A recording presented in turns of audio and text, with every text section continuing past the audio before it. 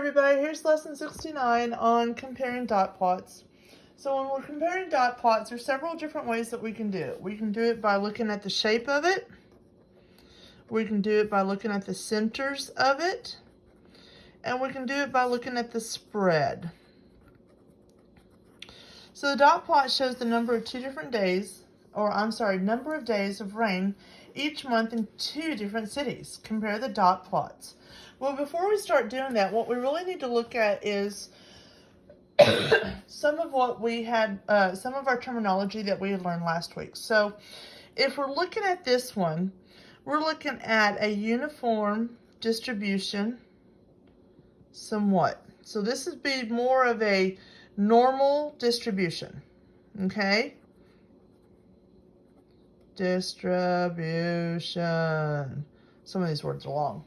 When we're looking at the one that's dealing with the Anaheim, California one, we're looking at data that has been skewed to the right. So we would say that this was skewed right, which would mean that all data is on the left side, okay?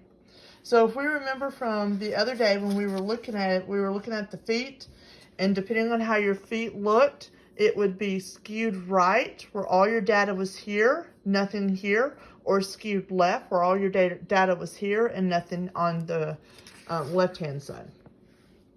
Okay, so we're looking at that. So now what we're going to do is we're going to compare these visually and numerically. Visually, with our eyes, numerically, we're going to be writing numbers down for it. Okay, shapes. If I'm looking at Louisiana on the shape of this, I would say that most data on this one is on 4 and 5. So I'm going to say most data is, let's try spelling. Data is 4 or 5. Well, numerically, I would say that most data is over 4. Now, what I mean by over 4, if I count up 0, 1, 2, 3, here's 3, and this is where my data starts. But if I was to count to 4, I would say that most of my data was over 4. So here I have 4, 5, 6, and 8. So most data over 4. So that would say 4 over. Okay, we're in California. Visually, if I'm looking at this, I would say that most data is over what number? 1. Or 0 or 1. I would say most data is 0 or 1. Okay, so if I was to write that numerically, I would say that most data was under 4. Or I could just not even say most. I could just say data is under 4. Because I don't have anything on 4, but everything is under it. Okay? All right, let's talk about centered. All right, for our Louisiana one, we would say that most of our data visually, if we were to look at it, was centered around number 5. We could kind of visually look at this and go, that's about halfway. So we would say that it was centered around 5.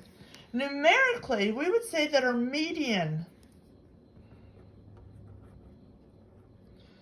is 5. All right, Anaheim, California, we would say it was centered around